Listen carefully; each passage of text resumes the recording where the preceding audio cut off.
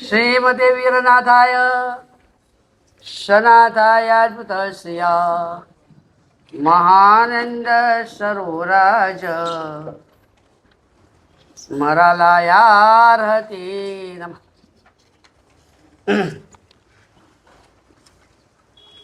पिंटू को अस्पताल में भर्ती किया हुआ है। पूरे शरीर पर सख्त घाव लगे हुए। चिंटू मिलने गया, पूछा पिंटू क्या हुआ। पिंटू ने कहा क्या बात करूं, कल 10 लोगों ने मिलकर मुझे पीटने का काम किया। अच्छा फिर क्या हुआ। फिर मैंने 10 को चैलेंज किया, साथ में मिलकर मुझे क्यों पीट रहे हो, आओ सब अकेला क्या हो। फिर क्या हुआ, सभी ने अकेले क्या कभी मेरे को पीटा। परमात्मा के सामने हमको ये प्रार्थना करनी है, भगवान मौनीय कर्म की 26 प्रकृति ने अनंत पुर्गल परावर्त मुझे साथ में मिलकर पीता है। एक साथ में क्रोध मान माया लोभ हास्य रति अरति भय शोक जुगुषा एक एक सब साथ में मिलकर मेरी दुर्गतियों में रुचान कर दिया है। जब चरमावर्त में आया तो परिस्थिति में इतना फर्क हुआ, अब सब साथ में मिलकर नहीं आते हैं, अकेले अकेले मुझे पीट रहे हैं। कभी क्रोध भयंकर रूप से मुझे मारता है। क्रोध की पीड़ा से कितनी बार नरक में जाकर आ गया। कभी अहंकार मेरे पर चढ़ जाता है, कभी माया कभी लोभ। परमात्मा माई स्वामी भगवान को हम चलो प्रार्थना करेंगे, भगवान एक बार ऐसा जमाना था कि आपको भी मौनीय कर्मों ने मारा था पीटा था, फिर आपने पराक्रम किया, इसीलिए आप वीर महावीर कहे गए कि आपने सभी मौनीय कर्मों को एक साथ में जीत लिया। आपके सहारे आपके शरण में आपके नाम लेकर मैं आया हूँ। मुझे भी ये सारे मौनीय कर्म से जीतना है, बचना है, इन सभी को हराना है। और इसीलिए हम महावीर स्वामी भगवान के एक एक भवों का थोड़ा ज़्यादा तो क्या देखेंगे, थोड़ा थोड़ा विवरण देखेंगे, जिसमें हम अतिशय महत्व का तीसरा भाव एक अपेक्षा से देखा जाए तो ऊर्ध्वगति के प्रति आरोहण, और दूसरे रूप से देखा जाए तो अधोगति में गमन। छगन भाई ने अपनी पत्नी लीलू को कहा, अगर मैं एवरेस्ट पर्वत पर चढ़ जाऊं, अगर मैं एवरेस्ट पर्वत पर चढ़ जाऊं तो तू मुझे क्या देगी। लीली ने ठंडक से कहा, एक धक्का, सीधे ऊपर से नीचे गिरा दो। मरीचि वैराग्य संयम स्वाध्याय ज्ञान से एवरेस्ट की शिखर पर जा रहे थे।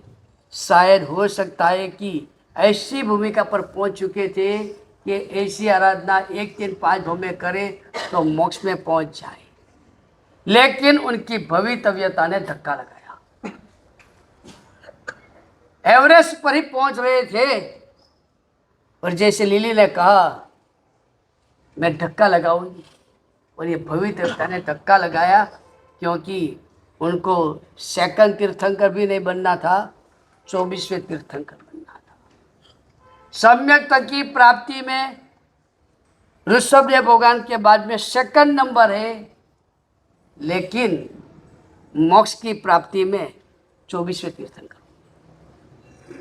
जब दूसरे तीर्थंकरों ने तो प्रभु के शासन की एक भनक भी नहीं पाई थी। क्या सम्यक दर्शन होता है, क्या ज्ञान होता है, क्या चारित्र होता है, क्या देव का स्वरूप, क्या गुरु का स्वरूप, या क्या धर्म का स्वरूप, जब दूसरे तीर्थंकर उनसे तो बहुत दूर थे। तब जिन्होंने सम्यक का सूर्य नहीं पाया था, ऋषभदेव भगवान के बाद 50 लाख करोड़ सागरों के बाद अजितनाथ भगवान हुए, जिनका 3 भवी था। तो अजितनाथ भगवान भी जब नैसार और मरीचि ने जो भूमिका पाई है, वो भूमिका के समय पर तो अजितनाथ भगवान भी कौन सी गति में किस प्रकार की भूमिका में होंगे पता नहीं है। इतनी ऊंचाई पर मरीचि पहुंच गया, साक्षात तीर्थंकर के हाथ से दीक्षा मिली। ऐसे तो देखा जाता है ऋषभदेव भगवान को अपने पिता तीर्थंकर के हाथ से दीक्षा मिली। 20 स्थानक की आराधना करके वो तीर्थंकर ऋषभदेव भगवान मिले। शांतिनाथ भगवान को उनके पूर्वभाव में तीर्थंकर की पिता के पास से दीक्षा मिली, आराधना किया, वो मेघरथ ने और शांतिनाथ भगवान बने। तीर्थंकर के पास से दीक्षा लेने वाले अपनी आत्मा का कल्याण कर लिया। एक मरीचि ऐसा निकला कि ऋषभदेव भगवान से तीर्थंकर के पास से दीक्षा मिली, फिर भी उनका ठिकाना नहीं पड़ा, क्योंकि भवितव्यता अनुकूल नहीं थी। बस यही हुआ, कितने सारे सालों तक मरीचि ने चैत्र का पालन उत्तम भाव से किया, परम वैराग्य के भाव से किया, ज्ञान साधना से भरा भरा किया, कोई कमी नहीं थी, लेकिन भवितव्यता अनुकूल नहीं थी। तथा भव्यत्व, जितने भी मोक्ष में जाने वाले जीव होते उनको हम भव्य जीव कहते हैं, उनमें भव्यत्व होता है। लेकिन मोक्ष में जाने वाले सभी जीव एक साथ में मोक्ष में नहीं जाते, सब अलग अलग समय पर जाते हैं। तो एक ये समय पर मोक्ष में जाता है, कोई दूसरे समय पे मोक्ष जाता है। जैसे कि एक मानो पुंडरीक स्वामी 5 करोड़ के साथ में मोक्ष में गए चैत्री पूनम को, तो चैत्री पूनम के दिन निगोड में से 5 करोड़ बाहर आए, बराबर है। अभी ये 5 करोड़ जो बाहर आए, वो 5 करोड़ जब मोक्ष में जाएंगे तब एक साथ में ही जाएंगे या अलग अलग जा सकते हैं। साथ में निकले सभी भव्य है, फिर भी सबका साथ में मोक्ष नहीं हो सकता है। इसके लिए शास्त्रकार परमर्शियों ने एक कारण दिया है, वो कारण का नाम है तथा भव्यत्व। भव्यत्व है सभी में, लेकिन सभी का भव्यत्व एक साथ में पकता नहीं है। किसी का आज पकता है, किसी का कल पकता है, किसी का परसों पकता है। तो जो भव्यत्व को पाकने का अलग अलग समय, इसके पीछे कारण कौन, तो कहते हैं तथा भव्यत्व सबका अलग अलग होता है। भव्यत्व सबका समान है, लेकिन तथा भव्यत्व सबका अलग अलग है। और इसीलिए जिसका जब तथा भव्यत्व पकता है, कैसे पकेगा, इसके लिए कोई उपाय, पंचसूत्रकार ने उपाय बताया है। पंचसूत्र के पहले सूत्र में ही उपाय बताया है। तहा भवते भावो तस्य पुनः विभाग सहनानि संसरण गमनम दुक्कड़ गरिया शुक्कड़नम आसेवनम। हाँ, तथा भव्यत्व का परिपाक करने के लिए पंचसूत्रकार ने 3 कारण बताए हैं कि जिससे हम तथा भव्यत्व का परिपाक कर सकते हैं। जैसे आम को घास पकाता है, घास आम को पकाता है, इसी तरह से 3 कारण से तथा भव्यत्व का परिपाक होता है। पहले नंबर का कारण है 4 का शरण, अर्यन, सिद्ध, साधु और धर्म।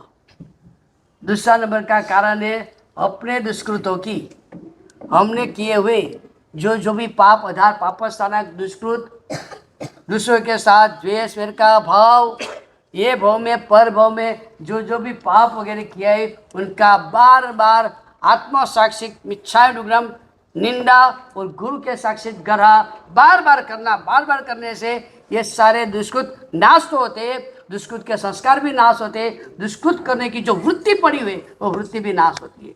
और तीसरे नंबर का उपाय बताया है सभी के सुकृतों की अनुमोदना, अपने भी सुकृतों की अनुमोदना और जगत के जितने भी अर्यन सिद्धाचार्य पद साधु जो भी है, ये सभी के सुकृतों की बार बार अनुमोदना।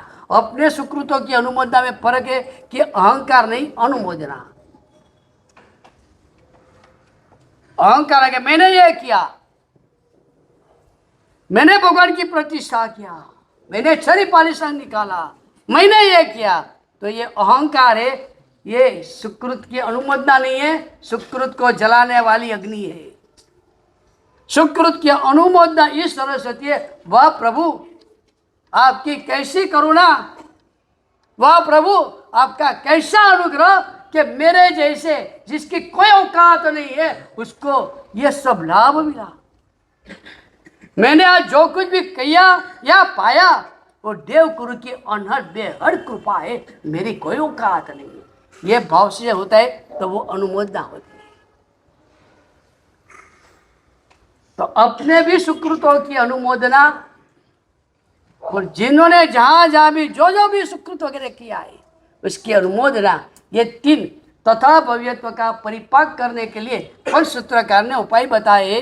4 शरण, दुष्कृत ग्रह, सुकृत अनुमोदना। तो बात यह है सबका तथा भव्यत्व अलग अलग होता है।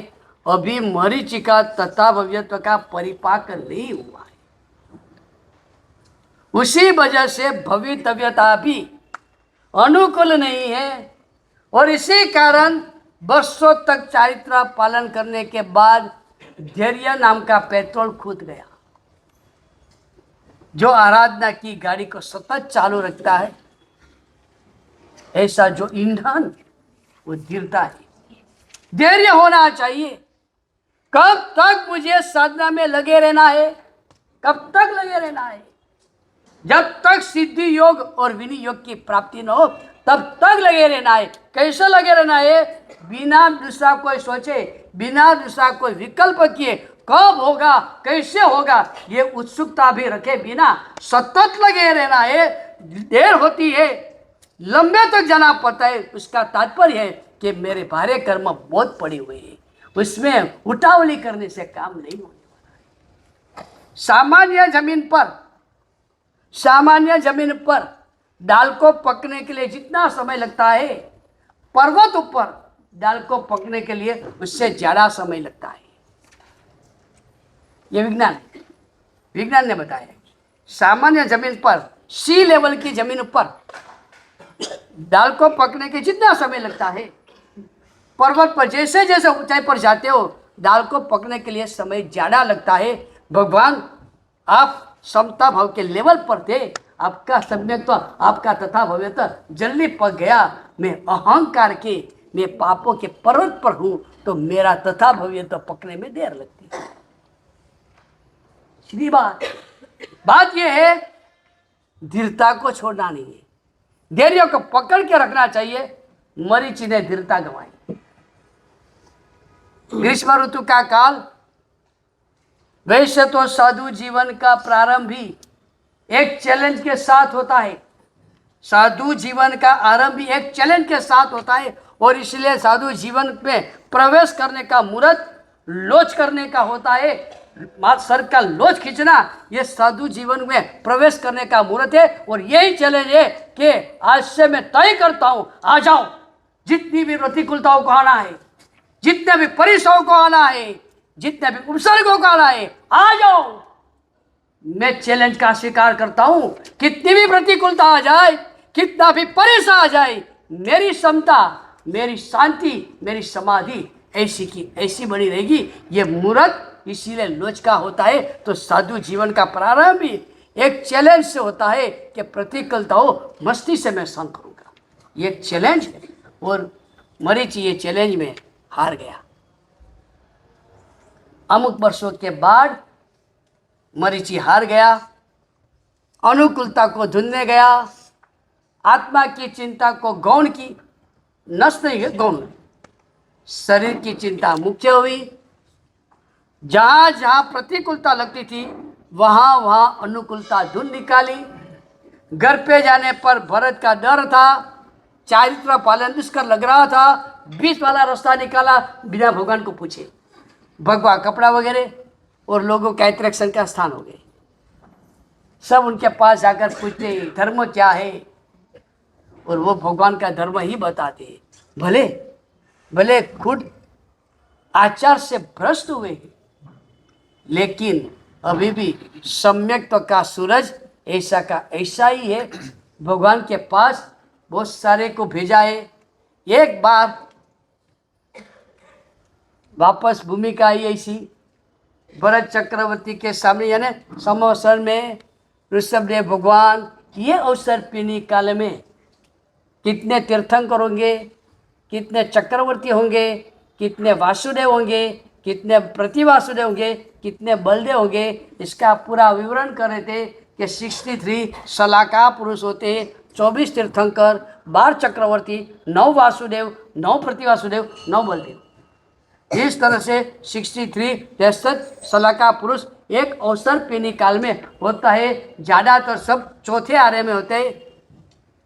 प्रथम चक्रवर्ती और प्रथम तीर्थंकर तीसरे आरे के एंड में होते हैं, बाकी सब चौथे आरे में होते। ये सब बातें चल रही थी, तब भरत चक्रवर्ती ने एक जिज्ञासा के भाव से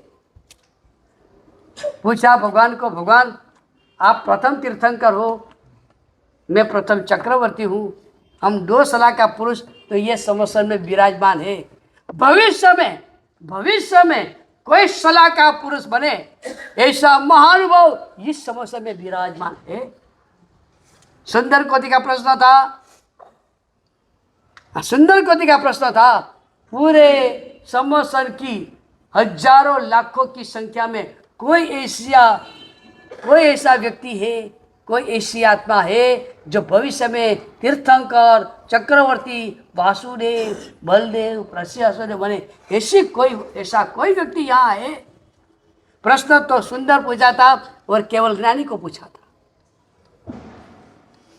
जब तक भरत ने पूछा नहीं था तब तक भगवान ऋषभदेव ने बताया नहीं था। अब जब भरत ने पूछा है और भगवान को पता है कि मैं बताऊंगा कि मरीचि ये चक्रवर्ती तीर्थंकर बनने वाले हैं, ये निमित्त को पाकर भी मरीचि की एक प्रकार से नीचे गिरने वाला है, भगवान जानते हैं, लेकिन भगवान को बताना जरूरी है क्योंकि पूछा गया है। और पूछा गया प्रश्न जानते हुए भी नहीं बताते तो एक शंका पैदा होती है कि तीर्थंकर ज्ञानी है या नहीं है। जब तक नहीं पूछा था तब तक ऋषभदेव भगवान ने सामने से नहीं बताया था, लेकिन जब पूछा गया और भगवान नहीं बताएंगे तो दुनिया को एक शंका करने का राइट मिलता है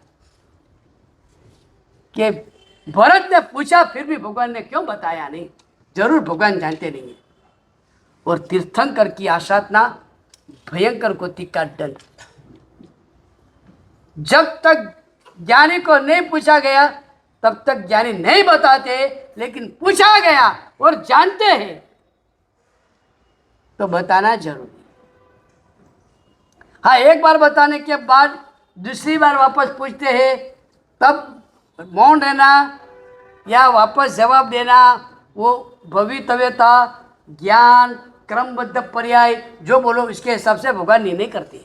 लेकिन पहली बार पूछा, स्कंदकाचार्य ने पहली बार पूछा, मैं मेरे बहनोई को, मेरे जीजा जी को प्रतिबोध करने जाऊं? पहली बार पूछा तो भगवान ने क्लियर कर दिया, तू जाएगा तो तू विराधक होने वाला है।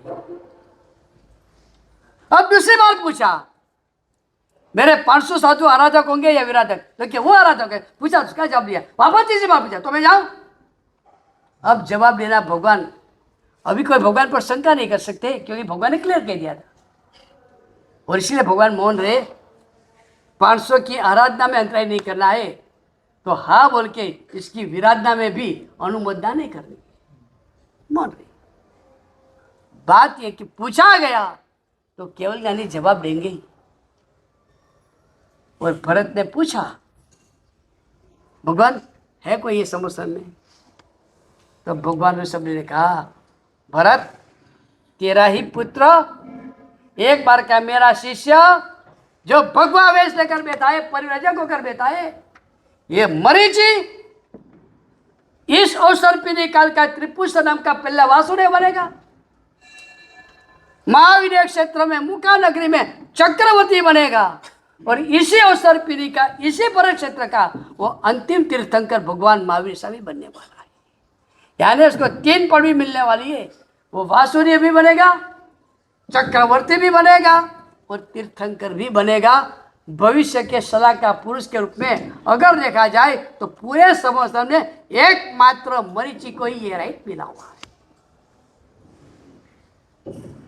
सुनकर भरत के चक्रवर्ती को आनंद आनंद हो गया। अभी तक मरीचि पर तिरस्कार था। मेरा पुत्र होकर, इक्ष्वाकु वंश में जन्म लेकर अपनी प्रतिज्ञा का पालन नहीं किया, इक्ष्वाकु वंश के लिए कलंक प्रतिज्ञा का भंग किया। धिक्कार है, इतना मन में दुर्भाव था।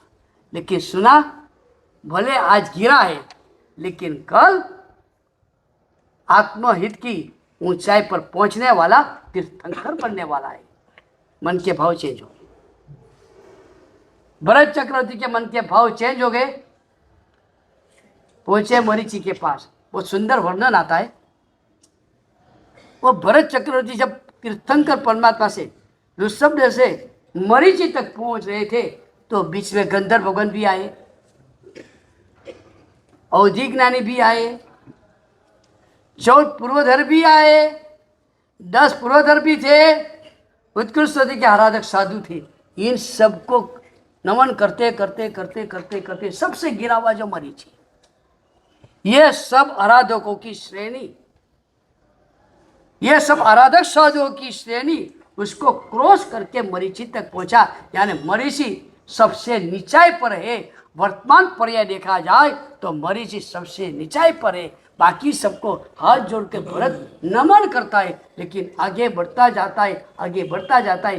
पहुंचा मरीचि के पास और मरीचि को एक गुड न्यूज दिया। शायद भगवान ने जब भरत को कहा होगा तब मरीचि के कान में शब्द नहीं गए होंगे, क्योंकि बहुत दूर बैठा हुआ था। उसको खुद को पता है ये जो हंसों की श्रेणी में मेरे जैसे कौवा का कोई स्थान नहीं। ये जितने भी साधु भगवान है सब हंस है। हंस, बग नहीं, हंस। हंस के लिए कहा गया है, हंस शब्द में ही ने, हंस शब्द में ही परम ब्रह्म के साथ कनेक्शन है। हम उसके आगे अ आता है, अहम स, इसके पर से वह हंस। सतत एक मंत्र होता है, अहम स अहम स अहम स, मैं वो यानी परम ब्रह्म स्वरूप हूं, मैं शुद्ध स्वरूप हूं। मैं अहम यानी मैं, स यानी जो तीर्थंकर का स्वरूप है।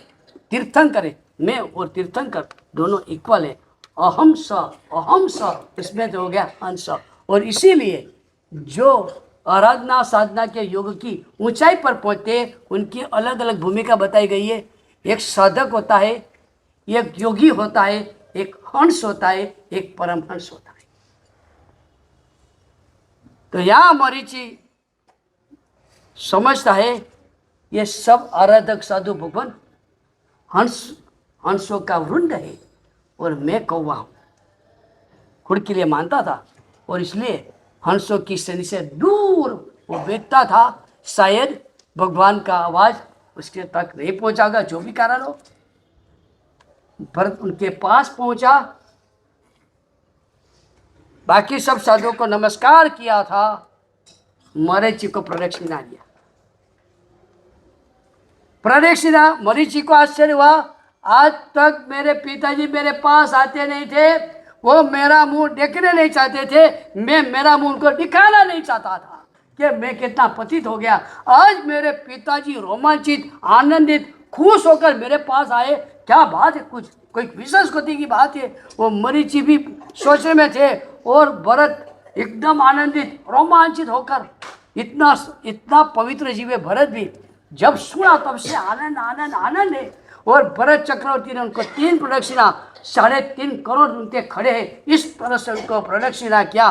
प्रदक्षिणा करने के बाद हाथ जोड़कर पहले क्लियर किया, ये तेरे भगवा कपड़ा को मैं नमस्कार नहीं करता, तेरे परिव्राजक वेश को मैं नमस्कार नहीं करता हूं। मरीचि, बुलबुल में भी तेरे परिव्राजक वेश को ये नमस्कार नहीं मान लेना।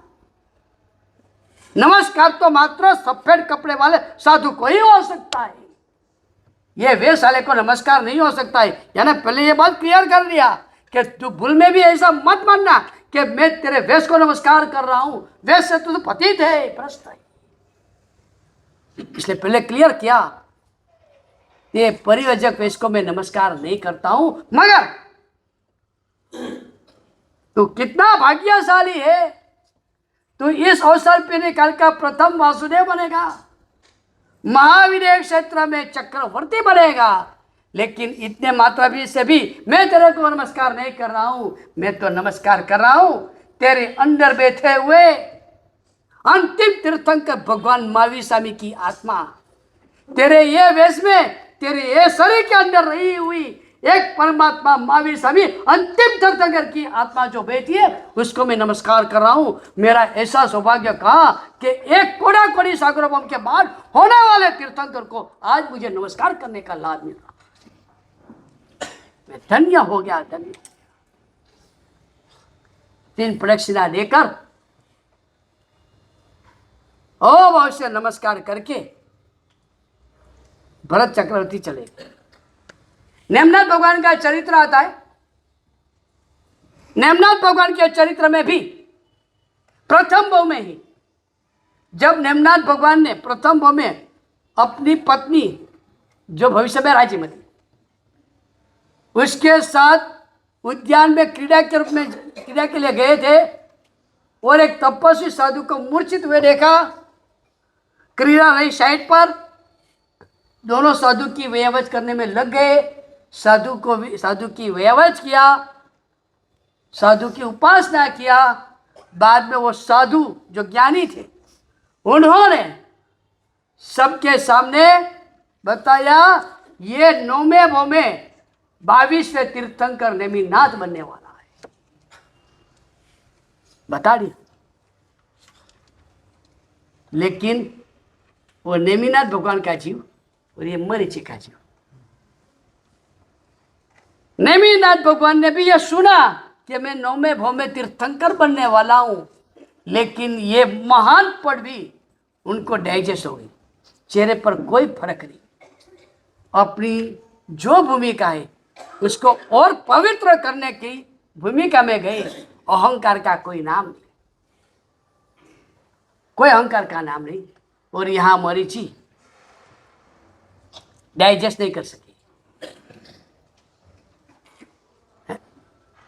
वापस कहता हूं, तीर्थंकर परमात्मा महावीर स्वामी की अलग अलग घटनाओं को देखते हुए लगता है वन ऑफ अस, हमारे में सही है कि ऐसा लगता है कि हमको भी कोई गुड न्यूज़ मिलता है तो हमको भी अहंकार आ जाता है।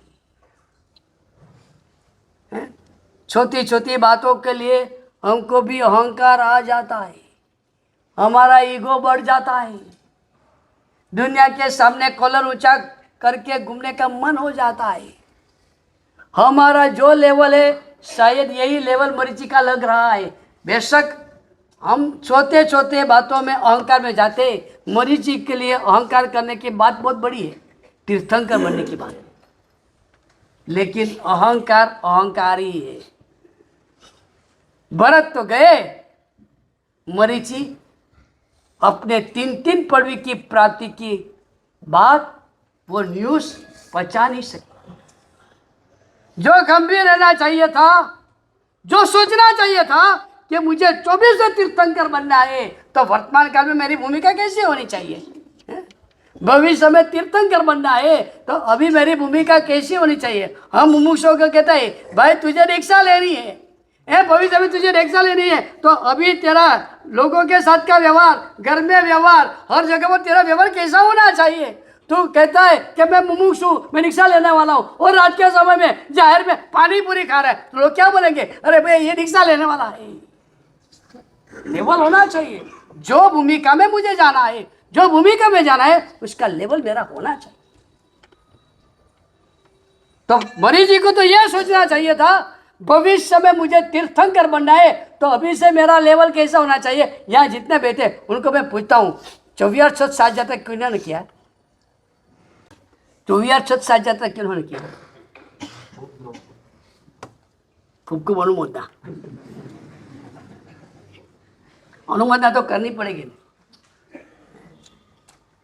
किसके लिए किया? 24 और 7 यात्रा क्यों किया? ये कोई सामान्य कोटि की बात थोड़ी है।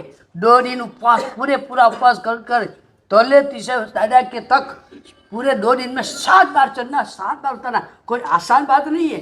ये कोई सपने में देखने की बात नहीं है। एक जबरदस्त कोटि का परिश्रम होता है। जिन्होंने क्या उनको पता है कि तीसरी, चौथी, 5वीं आता तो कैसी होती है। मानो कि मैं तो करता नहीं, व्यायाम करने वाले धक्का लगाते तब जाकर होती है, बराबर है।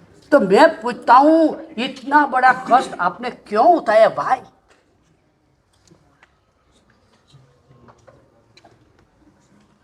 जरा क्यों क्या, मैं पूछ रहा हूँ आप लोगों को।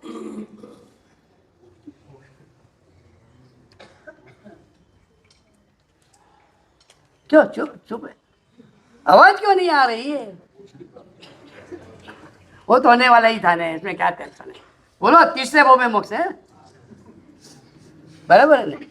तीसरे भाव में मोक्ष। अरे वाह।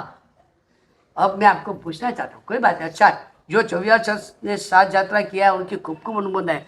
और मैं कहता हूँ नहीं किया वो भी प्रयत्न करके जरूर करें, उसके लिए मुझे कोई विरोध नहीं है। मैं आपको ये कहना चाहता हूँ कि जाना है आपको अगर मोक्ष की ओर, तो आज आप देख लो आप कौन सी दिशा में जा रहे हो। जहां मुझे जाना है उसका लेवल प्राप्त करने की तैयारी तो करनी पड़ती है। रात को 10 बजे कोई बड़े लोगों की पार्टी है और उसमें आपको शरीक होना है, आपको उसमें शरीक होना है, तो आप तैयारी करने के शुरू करते हैं। सेविंग नहीं है तो सेविंग कर लेते हो, हैं? सुतेद बुतेद हो जाते हो, टाई वगैरह लगा देते हो, स्प्रे लगा, सैन का स्प्रे लगा देते हो, अच्छा बूट पहनते हो, पूरे तैयार हो जाते हो। पूछते क्यों? तो कि भाई श्रीमंतों की पार्टी में मुझे शरीक होना है तो मुझे वो लेवल की भूमिका में जाना पड़ता है। सीधी बात है, जैसी पार्टी है उसके अनुरूप पहले से आपकी तैयारी करनी पड़ती है। तो मैं कहता हूँ मोक्ष में जाने का तीसरा भाव अगर आपने तय कर लिया है तो आज से आपकी तैयारी क्या है। मरीचि को तो यह सोचना था कि भविष्य का तीर्थंकर बनना है, तो आज मैं क्या तैयारी करूं। वो तैयारी करना तो छोड़ो, उसकी जगह अहंकार आ गया। 3 बार जमीन ऊपर पैर ठोका, नाचते नाचते 3 बार जमीन पर पैर ठोका, नाचने का शुरू किया। इतना आनंद आ गया, इतना आनंद, जैसे कि होगा मिला और रिक्शार्थी को कैसे नाचता है उस तरह से वो नाचने का शुरू कर दिया। 3 बार जमीन पर पैर ठोका, 3 पड़वी मिलने वाली थी मानो कि इसके हिसाब से, और नाचने का शुरू किया। और बाद में अहंकार से, किसी को सुनाया नहीं है, खुद बोल रहा है, सामने कोई नहीं है, लेकिन अंदर जो आनंद और अहंकार उत्पन्न हो गया। ओह मैं उत्तमम कुलम, मेरे दादाजी तीर्थंकरों में प्रथम, मेरे पिताजी चक्रवर्ती में प्रथम, और मैं वासुदेव में प्रथम। मैं कौन है? मेरा कुल कितना उत्तम। मैं वासुदेव बनूंगा, मैं चक्रवर्ती बनूंगा, मैं तीर्थंकर बनूंगा। भयंकर कोटि का अहंकार आ गया। और भगवान कहते हैं मैं तीर्थंकर बनूंगा। ये अहंकार भी नीच गोत्र का कारण बनता है। समझ लो, गर्व से कहो मैं जैन हूं, ये बोलना कितना वाजिब है। गर्व शब्द यूज मत करो, करना तो ये करो मुझे जैन होने का गौरव है। लेकिन जैन होने का गौरव भी क्यों है? भाई कि मुझे एक ऐसा धर्म मिला है कि जिनके देव भी अरिहंत सिद्ध भी कितने बड़े वितराग थे, जिनके साधु यानी गुरु कैसे वैरागी होते हैं, और जो धर्म कितना महान है कि सूक्ष्मतम जीवों की भी चिंता करता है, ऐसा जैन धर्म मुझे मिला। इसका गौरव है कि जो अरिहंत सिद्ध, दुनिया में ऐसे देव नहीं मिलते, दुनिया में ऐसे गुरु नहीं मिलते, दुनिया में ऐसा अहिंसामय धर्म नहीं मिलता है, वो मुझे मिला है। मेरे लिए बहुत बड़ी गौरव की बात है, ये भूमिका होनी चाहिए। बाकी तो हम बोले गर्व से कहो जैन है। जब राजीव गांधी ने ये संदेश दिया था मेरा भारत महान, तब लोगों ने मस्करी में एक स्लोगन जैसा बना था, खाने को नहीं रोटी, पहनने को नहीं कपड़े, रहने को नहीं घर, फिर भी मेरा भारत। बस उसी तरह से नहीं चौविहार का नियम, नहीं भूमिकरण का नियम, नहीं पूजा सामयिक वगैरह का नियम, नहीं देवगुरु धर्म के प्रति कोई श्रद्धा, और फिर भी गर्व से कहो हम जैन हैं, ये विडंबना है, विडंबना।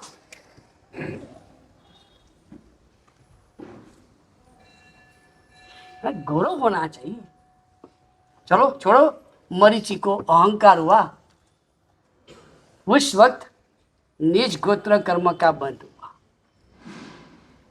जो एक कोड़ा कोड़ी सागरवम तक किसी न किसी रूप से बैठ करता रहने वाला है, क्योंकि उसका पश्चाताप प्रायश्चित हुआ नहीं। ये सेकंड पहला आचार भ्रष्ट हुए, बाद में अहंकार ग्रस्त हुए, वर्षों बीतते गए, परमात्मा ऋषभदेव भगवान का निर्वाण हो गया। बाद में भी जो बच्चे गंधर्व भगवान वगैरह थे, उनके साथ ही मरीचि का विहार होता है। अभी तक उसको कोई स्वतंत्र धर्म स्थापना करने की कोई भावना, इच्छा नहीं थी। उनके साथ में ही रहते हैं, जो आता है उनको गंधर्व भगवान वगैरह के पास भेज देते। बराबर सुंदर कोतिका चल रहा था, शरीर कमजोर होता गया, उम्र ने उम्र का काम किया, और एक बार तबीयत बिगड़ी, स्वास्थ्य बिगड़ा है, संथारा में सोए हुए। एक भी साधु सेवा करने नहीं आ रहा है, क्योंकि गृहस्थ का वैयावच करने का साधु का अधिकार नहीं है। गृहस्थ का वैयावच करना, फिर वो गृहस्थ स्वस्थ हो जाए, उसके बाद में क्या करेगा? रोज का समय दीक्षा क्या करेगा? देखो वापस दुकान, वो वापस और जोर से आधार पापस स्थानों में प्रवृत्ति, और इसीलिए सामान्य तौर से हीनो व्ययवरियम न कुज्जा, गृहस्थों की ऐसी व्यवच करनी नहीं, भाव व्यवच करनी है, उसको समाधि देना है, उनको समता देनी है। भयंकर पीड़ा के बीच में भी मन को कैसे स्वस्थ रखना, इसका मार्ग जरूर बताना है। भाव व्यवच जरूर करनी है, द्रव्य व्यवच करने का काम साधु का नहीं है। और परमात्मा ऋषभदेव के सभी साधु सत्य सात्विक गुणों स्थानों की श्रेणी में खेलने वाले, ये भगवा वेशधारी गृहस्थ ही थे, तो साधु गृहस्थ की सेवा कैसे करेंगे? कोई साधु ने सेवा नहीं किया। मरीचि के मन में एक गलत विचार आ गया, बहुत मुश्किल है, सुकृत करना इतना मुश्किल नहीं है, सुकृत की सुरक्षा करना बहुत मुश्किल है। बराबर समझ लो, सुकृत करना बहुत मुश्किल नहीं है। यहां सब सुकृत की बात चल रही है, तो हम चलावा बोलेंगे, कर लिया सुकृत, सब सिद्धि तब सिद्धि तब सिद्धि तब सिद्धि तब सब कर लिया, सिद्धि तब करना कर लिया, चढ़ावा बोलना था बोल लिया। सुकृत करना मुश्किल नहीं है, तब भी हो गया, दान भी हो जाता है, सबने यह पचकार लिया, साहब 4 महीना चौविहार ले लिया, हमने भी ले लिया, कोई मुश्किल नहीं है। मुश्किल है उनका प्रोटेक्शन करना, किए हुए सुकृत की सुरक्षा करना सबसे भारी चीज है। पहले भी कहा था, कहीं अहंकार आ जाता है, कहीं अपेक्षा आ जाती है, कभी ये दो में गड़बड़ होने पर आवेश यानी क्रोध आ जाता है, और बाद में चौथे नंबर में जो सुकृत किया इसका अफसोस आ जाता है, क्यों मैंने किया। कहीं अहंकार, कहीं आवेश, कहीं अपेक्षा, कहीं अफसोस हो जाता है। और कितना सुंदर सुकृत किया था, ऐसा कह तो चल सकता है, मैंने जो मंदिर का निर्माण किया था और ठोड़ा ठोकर वो मेरे बने मंदिर को मैंने तोड़ डाला। बहुत मुश्किल है। मरीचि ने आज तक अपने वैराग्य भाव से अपने जलहल सम्यक से हजारों हजारों को साधु का मार्ग दिया था, चारित्र का रास्ता बताया था। जितने साधु वहां थे, जितने साधु वहां थे, उनमें से बहुत सारे साधु उनकी प्रेरणा से साधु बने थे, उनकी प्रेरणा से साधु बने थे। इतना होने के कारण ही मरीचि को एक क्षण के लिए, एक समझ लो दुष्पाक तो तैयार कर लिया था, डालना था एसेंस, डाल दिया जहर।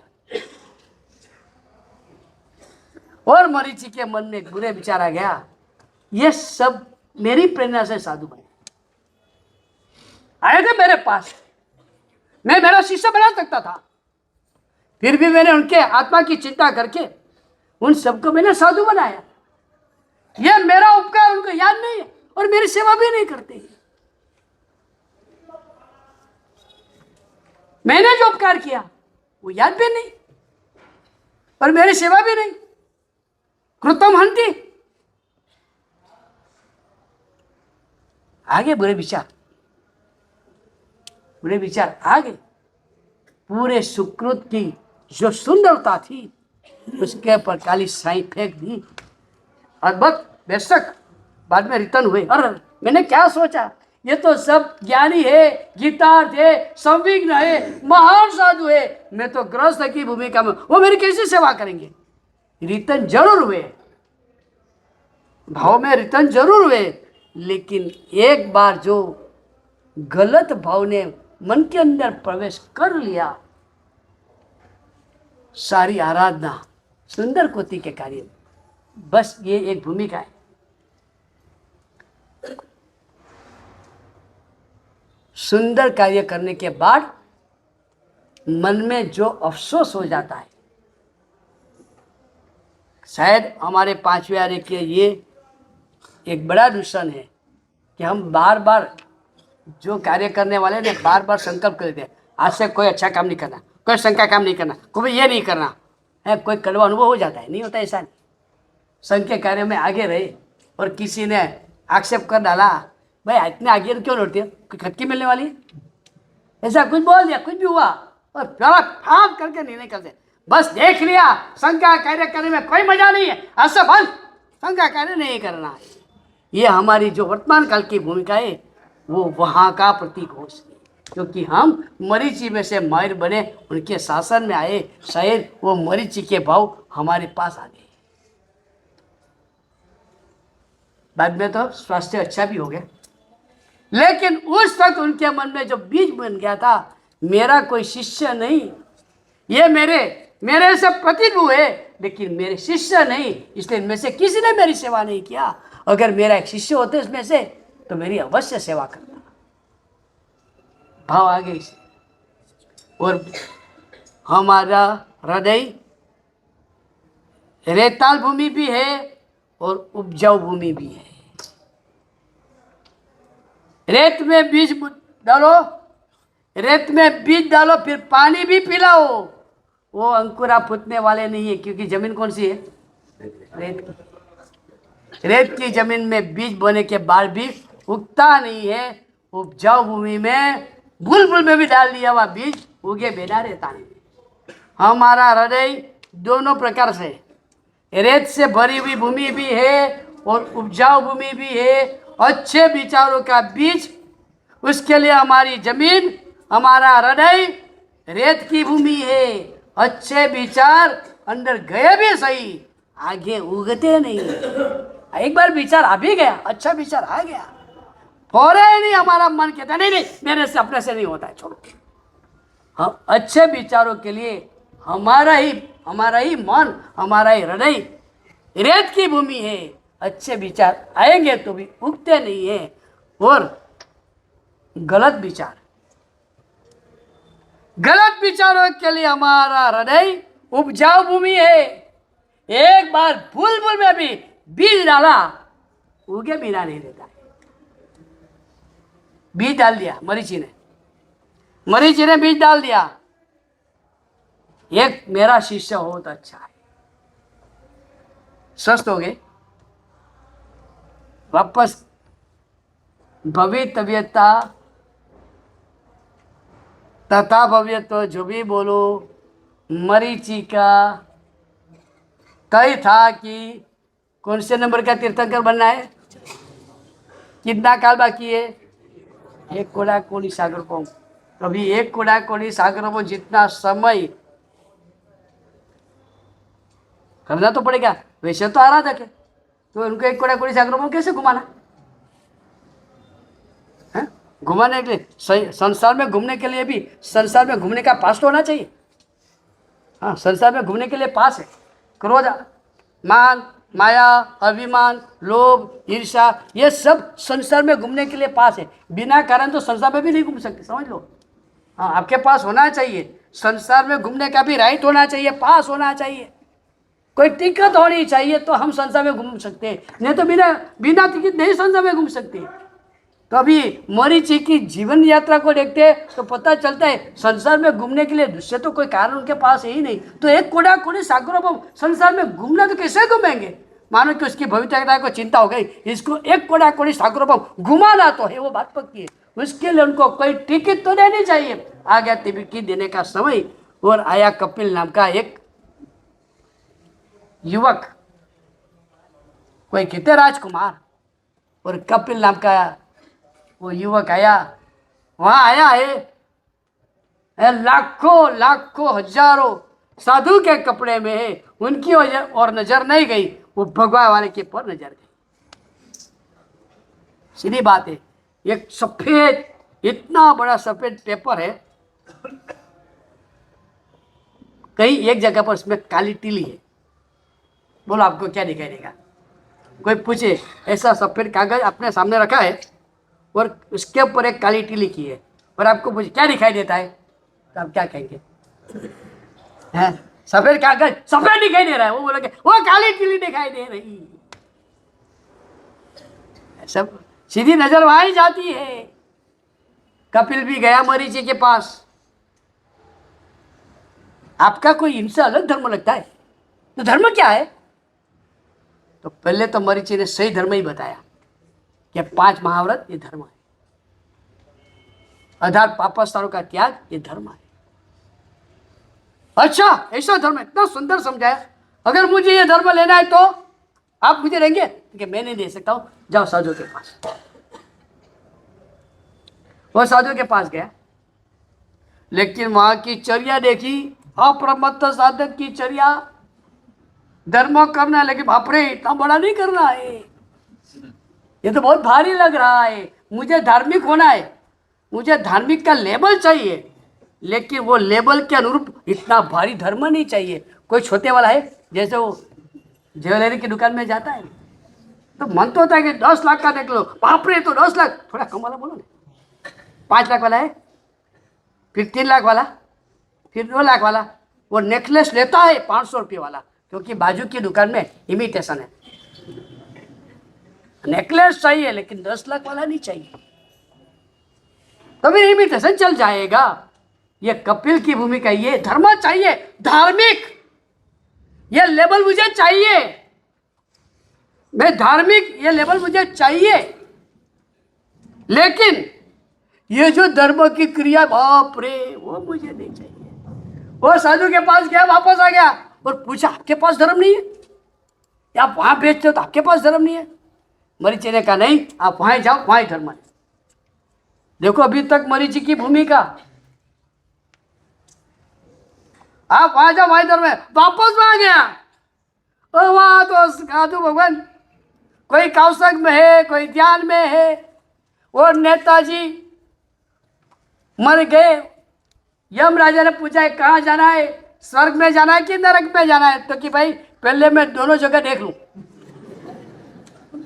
उसके बाद निर्णय करूंगा, पहले आप मुझे स्वर्ग बताओ। तो स्वर्ग बताया, कोई जाप कर रहा है, कोई कौशक कर रहा है, वो दिखाई देता है। उसने 25 उपवास किए हैं, उसने ये उपवास किए, कोई उपवास, कोई तप, कोई जाप, कोई स्वाध्याय। और नेताजी के बाप रे, ये तो मेरा काम नहीं है, ये स्वर्ग, तो कहा ये स्वर्ग है। इतना इतना बोरिंग, तो क्या बोरिंग, ये जैसे वो ये स्वर्ग है देखा, ये तो मुझे पसंद है, अभी नरक मुझे बता दो।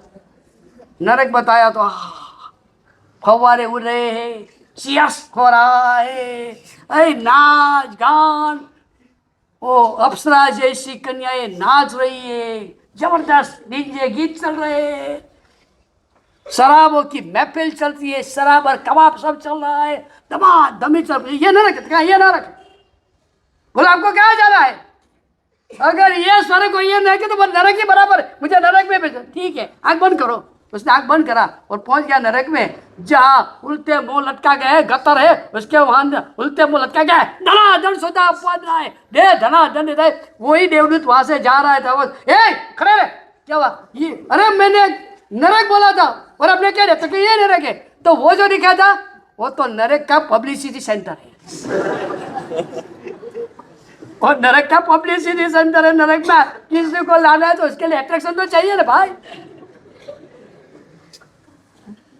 तो बात है, स्वर्ग के लिए जाना है ना तो पहला है सब बोरिंग है, वो कौशल ज्ञान जाप बहुत भारी पड़ जाए। वो दूसरी बार वहां गया, लेकिन उसको साधु पल्यन करता है, कोई कौशल करता है, बाप रे ये मेरा काम नहीं। वापस आया मरीची के पास, तुम्हारे पास धर्म नहीं है? मरीची ने कहा नहीं, अब जाओ वहीं धर्म है। तीसरी बार मरीची ने भेजा वहां, लेकिन वहां ये कपिल का मन लगता नहीं है।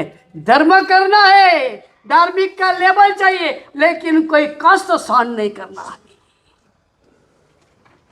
वापस आया और तीसरी बार पूछा, क्या आप में कोई धर्म ही नहीं है? सब वही धर्म है, आपके पास कोई धर्म नहीं है? होगा जरा देखो से, आपके पास कोई धर्म तो होगा। अब मरीची का मन भ्रष्ट हुआ। अब उसकी आत्मा शुभ में से अशुभ में जाने की भूमिका पर आ गया। उसका भवितव्यता तथा भव्यत्व ने बराबर सोक्ति लगाई है। मरीची को लगा ये मेरे लायक ही लगता है, बार बार वहां बेजारितन हो रहा है। अब वो मुझे पूछ रहा है कि आपके पास धर्म नहीं है, यानी कपिल ने तय कर लिया कि मेरे पास उसको दीक्षा लेनी है, मेरी सिग्नेचर चाहिए। हाँ, बहुत गड़बड़ यहाँ होती है, आप लोग तय कर लेते हो, हमारी सिग्नेचर लेते बस। ये वरगोड़ा का होता है ना, तो आप तय कर लेते कि हमको ऐसा ऐसा करना है, फिर हमको पूछे महाराज साहब हम ऐसा करें तो कैसा? तो महाराज साहब तो भोले होते हैं तो क्या देते हैं, बोले ऐसा करो। बाहर जाकर बेन बाजा था, महाराज साहब ने ऐसा कहा था इसने ऐसा किया। बेन बाजा हमारा बच्चा था क्योंकि हमने सिग्नेचर दे दिया। बहुत गड़बड़ होती है। महाराज साहब के पास होता है, साहब कौन सा पूजन पढ़ाना है? पूछते तो हम कहते भाई ये पूजन नहीं, महाराज साहब वो पूजन तो मजा नहीं आता है।